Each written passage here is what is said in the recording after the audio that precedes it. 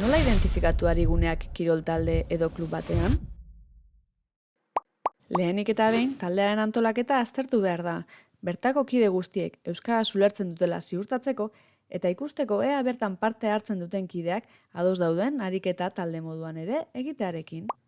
Arigunerik dagoen identifikatzeko, ohiko dinamika duten taldeak aztertuko ditugu.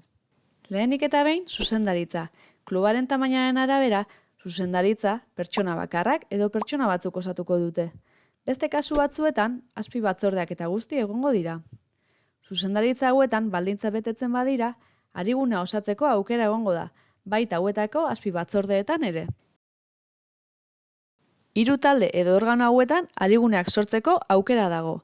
Kategorietako arduradunek osatutako taldean, entrenatzaile taldean edota kirol talde bereko entrenatzaile taldean. Klub batzuetan egongo dira eta besteetan ez, baina badaude ariguneak sortzeko aukera emango digute. Taldeak berriz bitan zatitu beharko ditugu.